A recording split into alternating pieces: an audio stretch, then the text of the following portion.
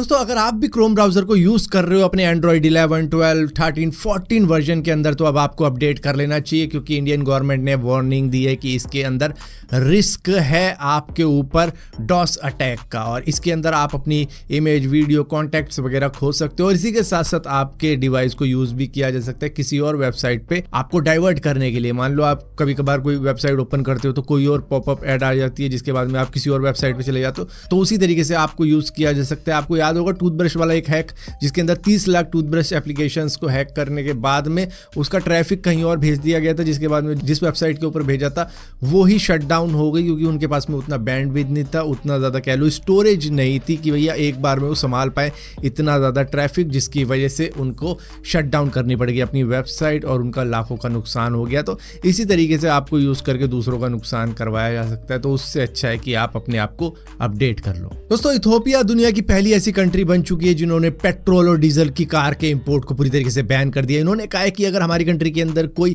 Car import की जाएगी तो वो सिर्फ इलेक्ट्रिक कार ही इंपोर्ट की जाएगी। हम दुनिया की पहली ऐसी कंट्री अब बन चुकी है। लेकिन वहां के लोग सर पटक के रो रहे हैं कि भाई ये तुमने कौन सी नई स्कीम लगा दी, क्योंकि इलेक्ट्रिक व्हीकल बहुत ज्यादा एक्सपेंसिव होती है पेट्रोल और डीजल कार के मुकाबले में, और वो कंट्री इतनी ज्यादा कोई अमीर नहीं है, बहुत कम परसेंटेज है लोगों की जो कि अफोर्ड कर पाएंगे इलेक्ट्रिक व्हीकल, क्योंकि अगर इंडिया के अंदर भी देखा जाए तो काफी ज्यादा एक्सपेंसिव होती है। लेकिन इथियोपिया की कंडीशन थोड़ी और बुरी है, क्योंकि वहां पे बहुत ज्यादा गरीबी है, जिसकी वजह से भाई वहां पर इफेक्ट पड़ने वाला है इसका, और इसी के साथ साथ इंडियन ऑटोमोबाइल के ऊपर काफी ज्यादा इफेक्ट पड़ने वाला है इसका, क्योंकि वही इंपोर्ट करते थे इनको। इसी के साथ साथ इन्होंने भैया क्रूड ऑयल के इंपोर्ट को भी कम कर दिया कि अब जरूरत ही नहीं है भैया, हम तो इलेक्ट्रिक व्हीकल पे जा चुके हैं। लेकिन इलेक्ट्रिक व्हीकल से याद आ रहा है कि भैया ओला S1 Pro, जो कि छत्तीसगढ़ रायपुर के रहने वाले एक व्यक्ति ने पिछले ही साल ली थी, लेकिन रात को उन्होंने 4-5 बजे क्या देखा कि भाई हमारी जो एक्टिवा, जो कि नॉन ईवी व्हीकल है, उसमें भी आग लग गई, क्योंकि भैया रात को ओला S1 Pro में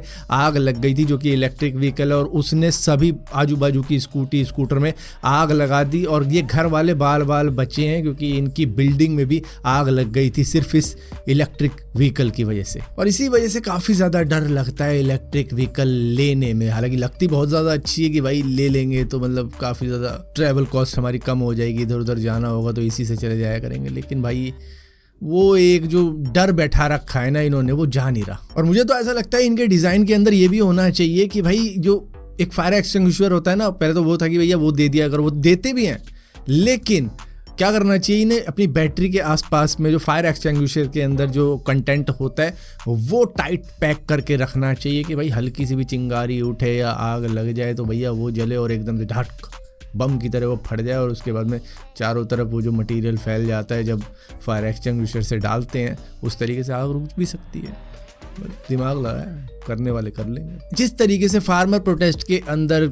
अब जब ड्रोन आ रहे थे और वो जो आंसू गैस के गोले छोड़ रहे थे, उसके लिए इलाज क्या निकाल दिया इन्होंने, भैया सीधा पतंग उड़ानी स्टार्ट कर दी और पतंग के मांझे से अलच पलच कर दिया ड्रोन और घेर दिया सीधा ड्रोन। इस तरीके से भी कर रहे हैं। ऊपर से जो आंसू गैस के गोले फेंक रहे थे उसके ऊपर गीली बोरी डाल दी। तो मतलब हर चीज़ का इलाज निकाल रहे, सोल्यूशन निकाल रहे हैं। उसी तरीके से ओला वाले को भी निकालना चाहिए या दूसरे इलेक्ट्रिक व्हीकल वालों को भी निकालना चाहिए जिसके जले जा रहे हैं इलेक्ट्रिक व्हीकल। दोस्तों एलॉन मस्क ने फिर से बड़ी बड़ी लंबी फेंक दी है। उन्होंने कहा है कि मैं 10 लाख लोगों को मार्स पर भेजूंगा अपने जीते जी। दरअसल अभी क्या होने वाला है कि स्टारशिप का टेस्ट होने वाला है, 3rd टेस्ट, और ये मार्स तक पहुंच सकता है 45 दिन में। हालांकि अभी ये अनाउंस नहीं की गई है डेट की, कब अपना टेस्ट करेंगे स्टारशिप को डायरेक्टली मार्स पर भेजने का। अभी फिलहाल के लिए क्या कर रहे हैं, अर्थ को ऑर्बिट करवा रहे हैं, वही सब चीज़ें देख रहे हैं। लेकिन 2011 में इन्होंने कहा था कि आने वाले 10 सालों में हम इंसान को भेज देंगे मार्स के ऊपर। लेकिन अब ये कह रहे हैं कि भाई 2029 तक लग जाएगा जब हम किसी एक इंसान को मार्स पर भेजने का देखेंगे, 1 या 2, मतलब ज़्यादा ही भेजेंगे, अकेले को क्या भेजेंगे, क्योंकि भैया रास्ता लंबा है। तो इस वजह से रिसर्च भी करते रहना होगा, तो शायद लंबा ही टाइम लगेगा। लेकिन आना जाना बहुत ज़्यादा टफ कॉल है। 2029 में ये होगा नहीं होगा वो तो वक्त ही बताया, क्योंकि टाइम टू टाइम इनकी कमिटमेंट चेंज होती रहती है। दोस्तों चाइना ने अपनी ही मैगलेव ट्रेन का रिकॉर्ड ब्रेक कर दिया। उनका जो प्रीवियस रिकॉर्ड था वो 623 किलोमीटर पर आवर का था, लेकिन अब जो इन्होंने रिकॉर्ड बनाया है वो हाइपर लूप मैगलेव ट्रेन के अंदर बनाया। इन्होंने एक वैक्यूम ट्यूब बनाई है करीबन 2 किलोमीटर लंबी, और उसके अंदर टेस्ट करके देखा है करीबन 100 किलोमीटर ज़्यादा की ही स्पीड आ रही है। हालांकि इन्होंने एग्जैक्ट नंबर नहीं बताया कि कितनी स्पीड ये रीच कर चुके हैं, क्योंकि इनका मानना है कि अभी भी जो इनका जिनका गोल है ये वहाँ तक नहीं पहुँचे, 1000 किलोमीटर पर आवर की स्पीड को रीच करना चाहते हैं, जो कि कर जाएंगे। इनका कहना है बस इनको एयर ड्रैग कम करना पड़ेगा उस वैक्यूम ट्यूब में से, लेकिन रिस्क ये रहता है कि अगर ज़्यादा एयर उसमें से सक इन कर ली तो मतलब कि वो कुछ इस तरीके से भी पिचक सकता है। तो काफ़ी ज़्यादा कैलकुलेशन कर कुरा के ही ये सारी चीज़ें की जाती हैं कि भैया कितनी एयर रखनी है अंदर, कितनी निकालनी है, उस हिसाब से अपनी 1000 किलोमीटर पर आवर की स्पीड को बनाएंगे।